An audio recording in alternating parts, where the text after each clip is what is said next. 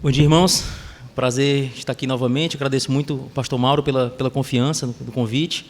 Lamento o motivo por estar aqui, né, a doença do nosso pastor, mas espero fazer valer minimamente a confiança, né, que foi dada e fazer valer o tempo e a atenção de cada um de vocês aqui. Queria começar orando a Deus e depois a gente vai comentar algumas coisas. Senhor nosso Deus, nosso Pai, obrigado por essa manhã, Senhor. Obrigado por Tu se dignar a ouvir louvores de pecadores arrependidos como nós. Te peço que Teu Espírito esteja aqui nessa manhã, que os irmãos não sejam prejudicados por minhas falhas, minhas limitações, e que o que sair de bom aqui, que seja realmente aplicado pelo Teu Espírito nos corações de cada um aqui. Te peço que Tu dê salvação a quem ainda não tem, contrição de coração a quem está endurecido, arrependimento a quem está cheio de pecados não confessados, e que cada um de nós possa estar mais próximo de Ti no dia de hoje. Em nome de Cristo, amém. Bom, gente, no final de março, tive a oportunidade também de falar com vocês aqui no dia 24 de março, e naquela ocasião a gente falou sobre a imprescindibilidade da fé no relacionamento com Deus. A gente falou que a vida com Deus começa pela fé, somos salvos pela graça mediante a fé, né? A fé é um instrumento pelo qual a graça de Deus é aplicada num pecador arrependido e o salva. Então a vida cristã começa pela fé e ela se mantém pela fé. Hebreus 11:6 fala que sem fé é impossível agradar a Deus. Então, por definição, todo crente tem fé, tem alguma fé, senão nem crente é. Então todo crente tem alguma fé. Naquela ocasião a gente falou de uma das passagens que se considera mais humana, que a gente vê os dramas humanos mais fortes ali, que é aquela em que o pai de um filho endemoniado clama a Cristo pela cura que os discípulos não conseguiram fazer. E ele clama, então, ao final, né, com medo, provavelmente, de Jesus não o curar pela falta de fé dele, né, e continuar aquele pesadelo, e ele diz: eu creio, ajuda-me na minha falta de fé. Então, ele tinha fé, mas era tão pouca que estava faltando. O Tiago comentou isso agora há pouco na aula também, né? Então, aquele homem tinha fé, mas claramente era menor do que deveria. E no final de março a gente comentou que essa pode ser a nossa oração diária. A gente tem fé, se a gente é crente, a gente tem fé, mas é menor do que deve, né? E hoje eu queria reforçar, né, novamente nos estimular a crer de fato no que Deus afirma, né? No final de março a gente provocou um pouco nisso, né, pegando 3 passagens para testar se a gente crê de verdade nelas. Que provavelmente a gente crê um pedaço, mas não crê até o fim, não crê o tanto que deve naquelas 3 verdades. Não vou voltar porque seria gastar o tempo todo repetindo algo que vocês já ouviram há 3 meses. Mas eu queria falar hoje de um motivo pelo qual a gente deve exercer essa fé muito mais forte do que a gente exerce. Isso a gente não falou lá em março, eu queria tratar hoje. E esse motivo é porque Deus é absolutamente confiável. Não é uma coisa arriscando, não é jogar na Mega Sena, uma coisa aleatória. Não é isso. Deus é absolutamente confiável. E Ele merece, e já comprovou isso por palavras e ações. Então a gente tem um motivo seguro para lançar a nossa fé forte, muito mais intensa do que a gente está acostumado, em alguém que tem palavra e tem ações que o tornam confiáveis, merecedor de receber essa fé. Vou falar bem rápido, se quiserem só ouvir, tá? Eu vou ser bem breve nas passagens, a gente não vai pegar um trecho e descer muito fundo nele, a gente vai dar uma passeada bem rápida aqui, principalmente no Antigo Testamento, para mostrar isso, que Deus é absolutamente confiável. E o que Ele diz, Ele cumpre por palavras e ações. Tinha vários exemplos que a gente podia dar, mas eu peguei apenas um, que é o central da história, provavelmente, certamente. Logo após a queda, Deus faz uma promessa unilateral. Ele resolve, diz e promete isso. Ele fala: porém, inimizade entre ti e a mulher, entre tua descendência e o seu descendente. Este te ferirá a cabeça e tu lhe ferirás o calcanhar. Falando do descendente prometido da raça humana que esmagaria Satanás. Talvez Adão e Eva pensassem que o cumprimento disso fosse com seu filho mais velho, Caim. E, lamentavelmente, poucos anos depois, se for claro que não era ele, da forma mais trágica possível. E não foi Caim, não foram os netos de Adão, não foram os bisnetos de Adão, nem nada muito perto deles. Séculos depois, né, como a gente sabe, a humanidade ficou completamente degenerada e Deus a destruiu quase toda com água, no dilúvio. Entre os, pelo menos 8, né, são mencionados 8 sobreviventes do dilúvio, né, a linhagem desse descendente, que já fazia séculos que estava prometido e parou aí, vinha de um dos 3 filhos de Noé, de Sem, de onde vem a expressão semita, né, antissemitismo, vem daí. A promessa vem de um dos 3 filhos, o Sem. Um dos descendentes de Sem, pelo menos 11 gerações depois, né, são as mencionadas lá, vem Abrão, descendente de Adão e Eva, descendente de Noé, descendente de um dos 3 filhos de Noé, e aí a promessa se afunila um pouco mais nas pessoas, né? Não são todos os semitas, mas os semitas que vêm de Abraão, o descendente vai vir daí, e aumenta a abrangência da promessa. Não é mais só um descendente que vai matar e destruir Satanás. Da descendência de Abraão, Gênesis 12, 1-3 fala, em ti serão benditas todas as famílias da terra. Então não é mais só uma coisa para Satanás, é algo que vai abençoar toda a humanidade, um pedaço da humanidade, pelo menos. Se passam mais séculos, e a gente vê que o tempo de Deus é muito diferente do nosso, de poucas décadas aqui, são séculos para vir um outro pedaço de revelação. Outros séculos depois, Deus continua mantendo sua palavra e aumentando o nível de revelação. Vai por Isaac, vai para Jacó, e não com os irmãos deles. Ele promete algo para Judá, lá em Gênesis 49, fala que o cetro não se arredará de Judá, e fala de muita fartura nesse reino de Judá. Fala que amarrará o seu jumentinho à vide, e o filho da jumenta à videira mais excelente, lavará suas vestes no vinho, e sua capa em sangue de uvas, seus olhos serão cintilantes de vinho, e os dentes brancos de leite. A ideia de um reinado das 12 de Judá sobre as outras tribos, né, eram 12, né? Que o reino seria de Judá, e que haveria muita fartura. A ideia de amarrar o jumento num pé de uva, o jumento provavelmente ia comer as uvas. Seria como, sei lá, lavar o carro com água mineral, certo? É tanta fartura que tanto faz se o jumento vai comer a uva ou não vai. Vai ser um reinado de Judá com muita fartura. A descendência de Abraão se multiplicou lá na incubadora do Egito, né? 400 anos. O Brasil, desde que os portugueses chegaram, tem mais cerca de 500, né? Então, imagina o tanto de gente que dá para multiplicar nesse tempo. Deus chama de volta a terra que ele prometeu séculos antes a Abraão, né? E aí chama de lá de volta, o povo se estabelece na terra e tudo aquilo que a gente sabe. Outros séculos depois, vejam que o tempo é longo, toda a vida aqui, na casa de Judá surge um rei. Esse rei se chama Davi, nascido em Belém de Judá. E Deus faz mais uma promessa na sequência dessas aí que a gente tem visto. Ele diz a Davi, 2 Samuel 7,16: porém a tua casa e o teu reino serão firmados para sempre diante de ti. Teu trono será estabelecido para sempre. E séculos se passam depois disso, que já tem um rei em Judá, em que um reinado eterno vai vir de Judá, com muita fartura, etc, etc. E Isaías fala algo mais. Fala que esse rei prometido, além de descendente de Adão e Eva, além da linhagem de Sem, de Abraão, etc., tem algo mais.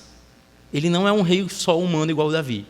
Isaías 9, 6 e 7, sempre muito lembrado e cantado na época de Natal, diz: porque um menino nos nasceu, um filho se nos deu, o governo está sobre seus ombros, e o seu nome será Maravilhoso Conselheiro. Tudo bem, você pode ter um rei chamado de Maravilhoso Conselheiro, vá lá. Deus Forte. Aí matou, aí não tem nenhum rei parecido, é um rei sem paralelo. Pai da eternidade. Aí já não tem nenhum rei humano que possa ser chamado disso. Rei apenas humano. Príncipe da paz. A passagem continua. Miqueias informa que esse rei divino ia nascer numa determinada cidade, a cidade de Belém. Tu, Belém Efrata, pequena demais para figurar com um grupo de milhares de Judá, de ti me sairá o que há de reinar em Israel, cujas origens são desde os tempos antigos, desde os dias da eternidade. Parece que é Isaías que escreveu também, né? O pai da eternidade. Vai vir de Belém. E séculos depois, finalmente, aquele descendente prometido, milênios antes, nasce. E aí, se a gente puder abrir lá Lucas 1, 30 a 35, é muito conhecido, mas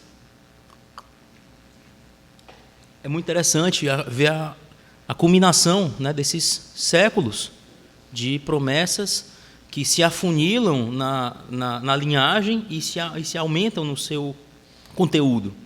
Não é só mais o descendente que vai destruir Satanás. É tudo isso que a gente já falou. E Lucas 1,30 em diante diz assim: Mas o anjo lhe disse: Maria, não temas, porque achaste graça diante de Deus. Eis que conceberás, e darás à luz um filho, a quem chamarás pelo nome de Jesus. Esse será grande, e será chamado Filho do Altíssimo. Deus, o Senhor, lhe dará o trono de Davi, seu pai. Ele reinará para sempre sobre a casa de Jacó, e o seu reinado não terá fim.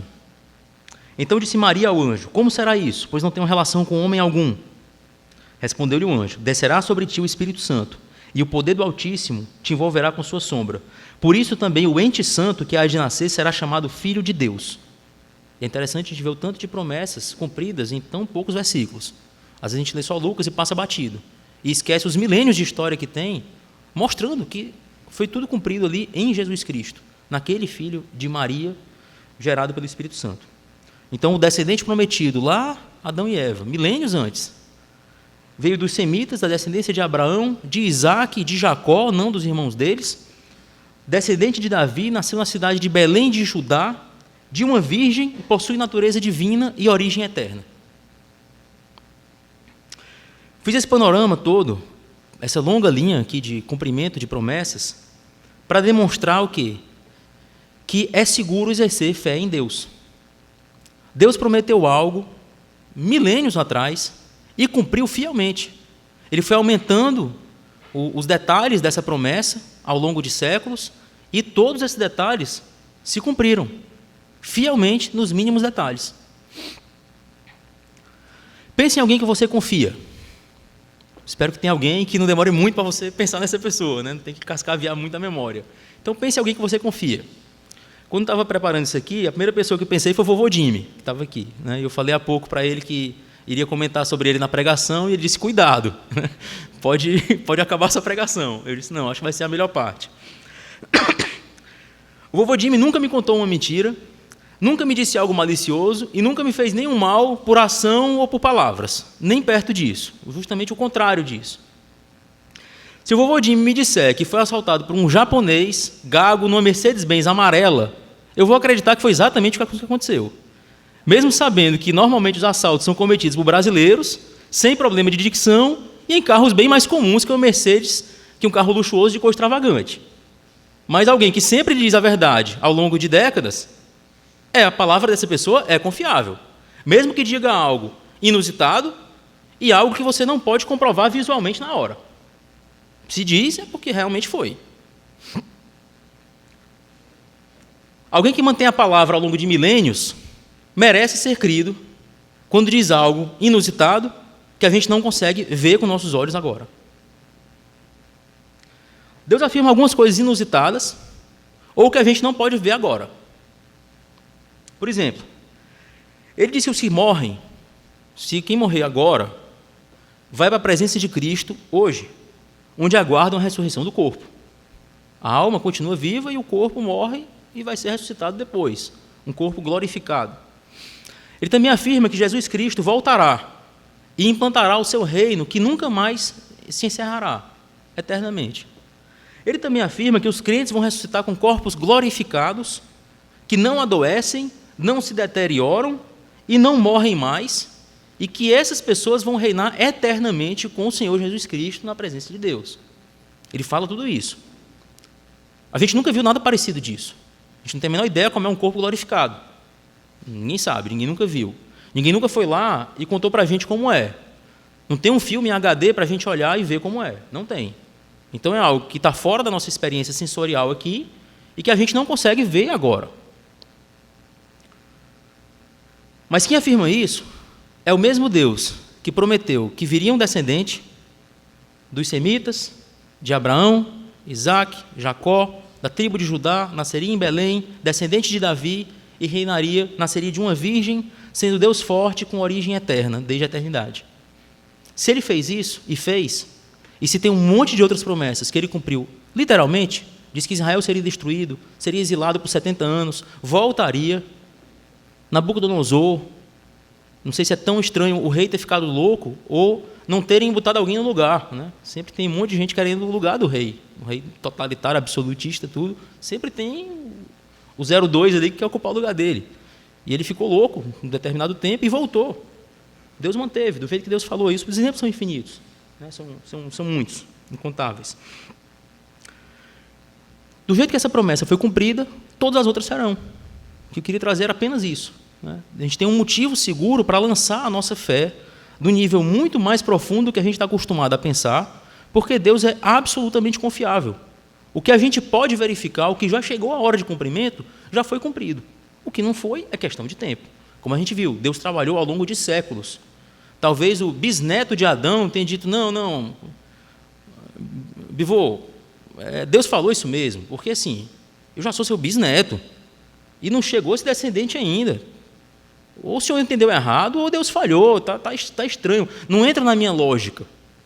Deve ter tido uma conversa desse tipo, algumas gerações depois. Mas o descendente viria milênios depois. Também já fazem quase 2 milênios que o Senhor Jesus anunciou que iria voltar. Está bem pertinho de fazer 2000 anos. E eu queria só deixar um ponto, não vamos gastar os poucos minutos que tenho ainda para falar sobre a volta de Cristo e entrar muito nisso, não. Eu queria só deixar um pontinho para a gente pensar. Faz tempo? Faz. Mas isso, por um lado, também quer dizer que ele está pacientemente aguardando a entrada do último salvo no barco da salvação. Se Deus tivesse atendido as orações de Paulo para Cristo voltar logo, Agostinho não teria sido salvo. Se atendesse a de Agostinho, Lutero não teria sido salvo. Se atendesse a de Lutero, nenhum da gente iria para o céu. Então, graças a Deus que não atendeu a oração desses gigantes, porque ele estava esperando a gente ser salvo. E igual a gente, todo dia tem alguém sendo salvo ainda na terra. Deus sabe quando é o último que vai entrar. E Ele está esperando esse último. Tem muito mais para falar sobre isso, não é esse o motivo determinante e tal, mas isso acontece, é só a gente ver.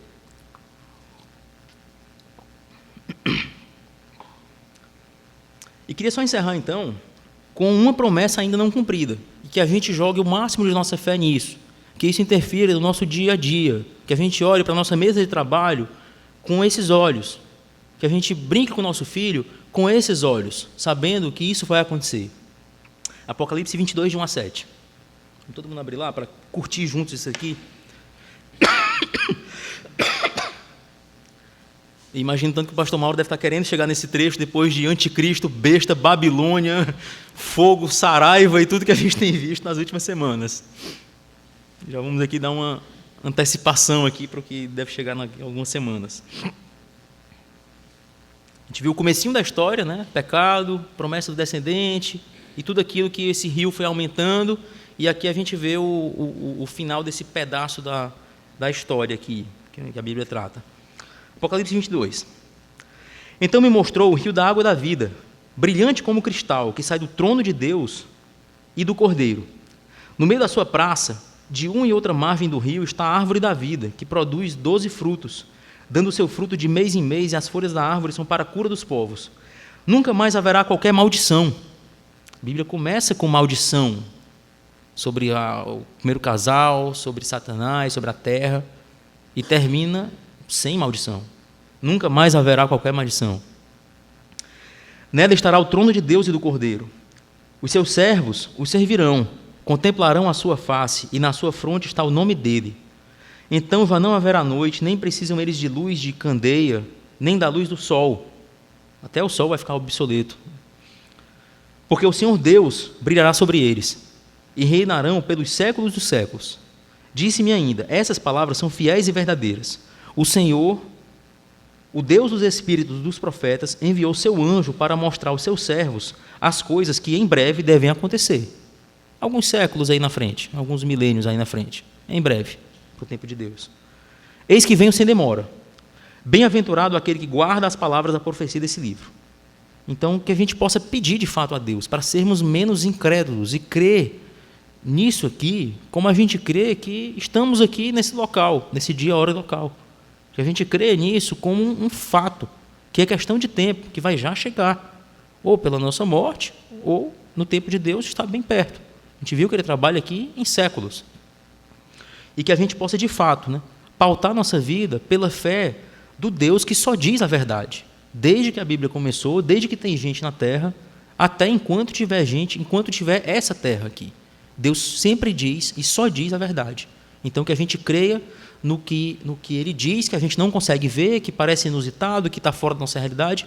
É o mesmo Deus, é a mesma fonte de autoridade que disse tudo que já foi cumprido, é o mesmo que diz que tudo que vai ser cumprido. Então, que a gente possa pautar de fato a nossa vida pela realidade nisso e crer com uma profundidade muito maior do que a gente está habituado nisso aqui. É questão de tempo. E isso muda a forma, como falei há pouco, que você olha para a sua mesa de trabalho, que você olha para o seu chefe, que você olha para a sua igreja, que você olha para a sua família, que você olha para tudo.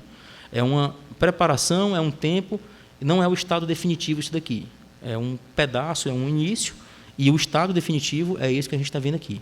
Então, agradeço pela atenção de todos, né, e peço que a gente leve a sério isso. Sem fé é impossível agradar a Deus. Então, sem fé a gente não vai nem engatinhar na vida cristã. Então, vamos puxar a nossa fé para aquilo que a gente não pode ver. O que a gente está vendo não precisa de fé. Senhor nosso Deus, muito obrigado, Pai, por essa manhã. Te agradeço pela fé que Tu já nos deste. Te peço que a gente cuide bem dela, trate, não, como o pastor Watson falou ontem à noite, não dê veneno para os nossos filhos, e vou pegar emprestado, que a gente não dê veneno para a nossa fé, que a gente não faça dano a ela, cuide como algo muito precioso. Te peço que a gente exercite e de fato creia no que a gente não está vendo de uma forma igual ao que a gente está vendo. É Tua palavra, Tu nunca mentiu, e se Tu diz algo que a gente não consegue ver, que a gente possa confiar e alegremente. Muito obrigado em nome de Cristo. Amém.